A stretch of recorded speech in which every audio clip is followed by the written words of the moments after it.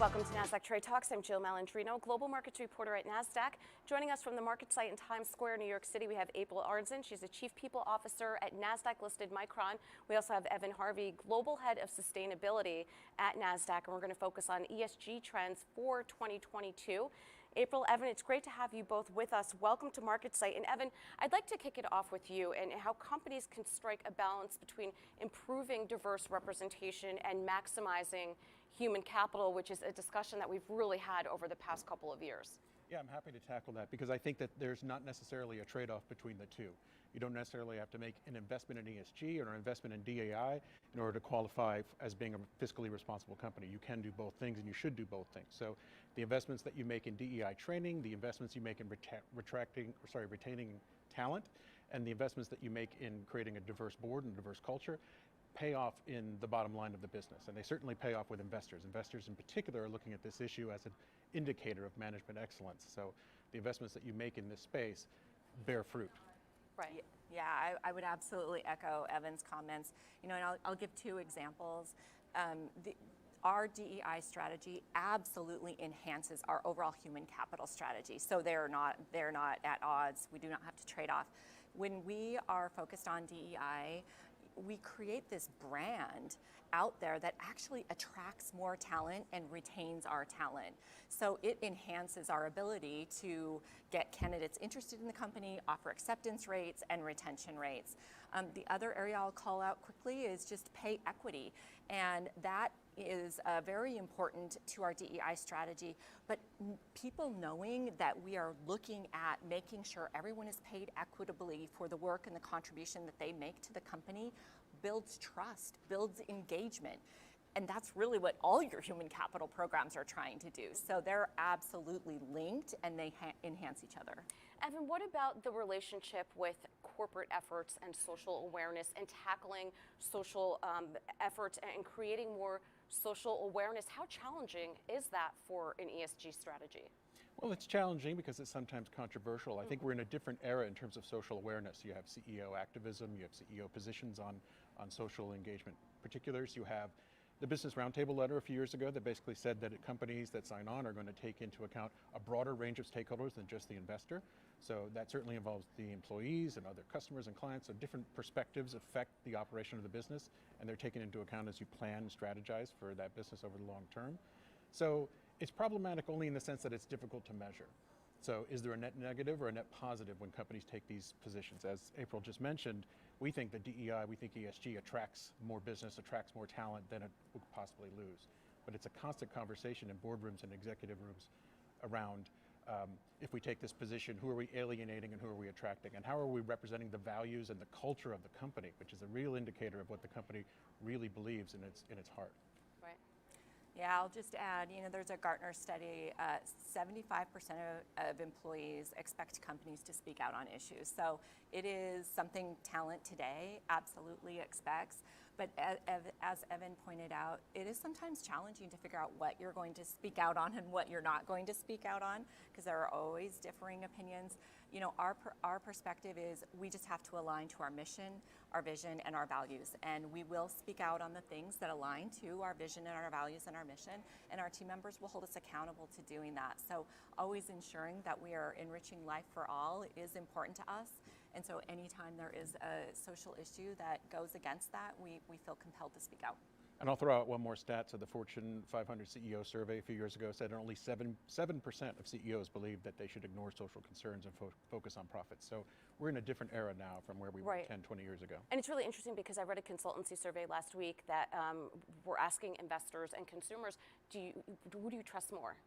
Government officials to carry out the mission of social awareness or corporations? And because personalization and being able to identify with a brand or a company is so key right now, we're looking for leadership in, I guess, more untraditional places than you would expect it to come from.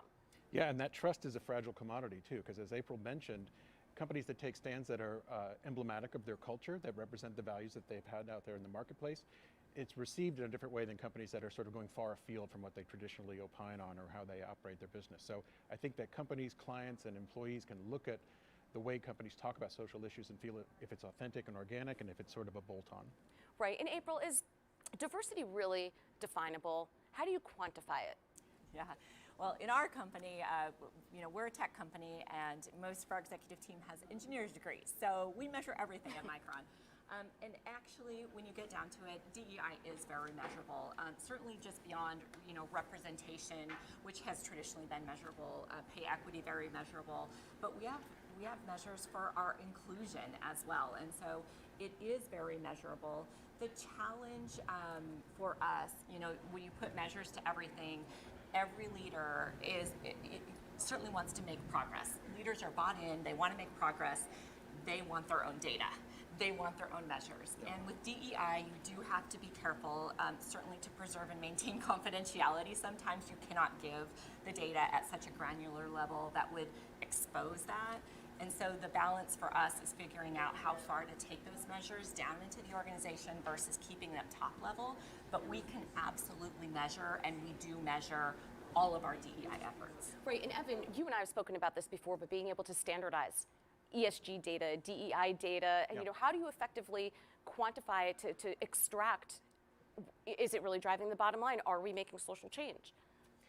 It is difficult. The S part of ESG is the least mature. The metrics are evolving. We don't have a handle on what are real indicators of performance or long-term viability and what are sort of niche concerns that particular groups have. But I think that, to toot Micron's horn a little bit, they do a really good job of balancing the detail and the generic, because their DEI report, which is recently out, goes into a lot of categories of diversity, a lot of understanding of diversity by performance indicators that a lot of companies do not. So they look at things like representation across different org levels, not just pay equity, but pay equity and representation among underrepresented groups at org levels. Also the retention of underrepresented groups, so not just how many people you have of different ethnicities and genders coming into the company, but how you retain them over time. And I think that they do a good job of trying to balance the story of the company in terms of their commitment to DEI and actual performance indicators. And I think that as we get better at measuring the S and ESG, the kinds of indicators that Micron uses, it might become sort of more default. April, for social conscience at Micron, who's driving that? Is it from the top down, or all employees part of this strategy? Yeah, if you would have asked me that a few years ago, Jill, I would have said probably more top down, but I think today, more and more boards and CEOs are having to listen to the employees. So it is a collective social conscience, and really to make progress, you all have to be aligned. Your employees all the way up to your board members have to be aligned on what that mission is. But I think employees have a lot more voice and a lot more influence on social conscience than they ever have before. Right, and so Evan, let's talk about moving forward as we go into 2022. I think of 2021 as the year of climate and environment and social change, right? Past 2 years, you could argue. What's next for 2022? I feel like so many trends have been accelerated as a result of the pandemic and just everything we've been through over the past 2 years. What's next? What are you going to be looking at? Well, climate is the steady drumbeat that's throughout this ESG era. So I think that we're never going to avoid it. And as we get closer to 2030 goals and 2050 goals and more companies making net zero and carbon neutral promises, the measurements of those are going to become more interesting and dynamic. And as we frankly get closer to the edge of some climate inevitability that is going to affect markets, it's going to affect operations, I think that'll be more real. But right now, there's no doubt that social is in the forefront. I think COVID has done a lot to this. It's upended the sort of power differential between labor and management. People now work from home. People have more control and dominion over their jobs and their health and safety, and where the boundaries of responsibility are between the employee and the employer on health and safety.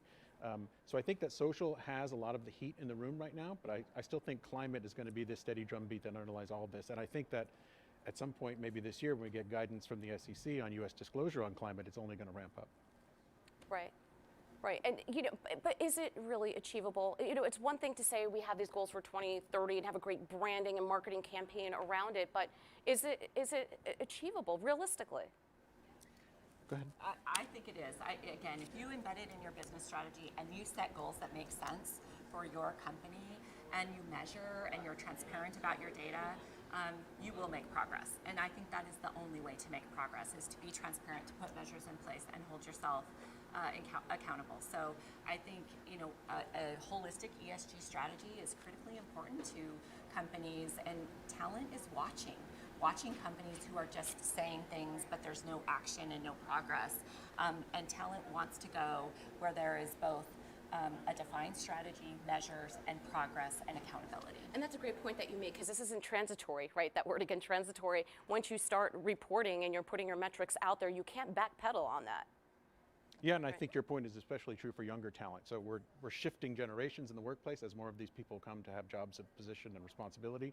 They're bringing their authentic selves to work. They want those values represented. They want to work for a company that gives them a sense of pride and belonging, not a sense of working at an outsider firm. So I think that's definitely a dynamic that's happening in human capital. And to your first point that you mentioned earlier, which was, how are we actually going to get there, these real goals? I think that you can measure that in a couple of ways. One is investment. It's just how much real dollars are put into these things over the long term. The other thing is trending. You might not have a great diversity story right now or a great ESG story, but start here and trend upward next year and the year after that. We're finding that companies are rewarded by investors and other stakeholders by that trend going in the right direction rather than starting at a perfect place. Right, and April, I'm going to give you the last word on this, because you had mentioned in our singular interview that you have to be patient. It is not a switch that you flip on and boom, we're ESG compliant. It takes time to build this out. It's a big culture shift. Yeah, it is. We learned early on, it's a marathon, it's not a sprint. You have to be, certainly you have to remain unwavering in your commitment. You have to celebrate your wins along the way, but you can never be satisfied. You have to keep forward progress is really, really important, but it takes time and it takes a lot of commitment. All right, April, Evan, we appreciate the insight. Thanks for joining us on Trade Talks. I'm Jill Malandrino, Global Markets Reporter at Nasdaq.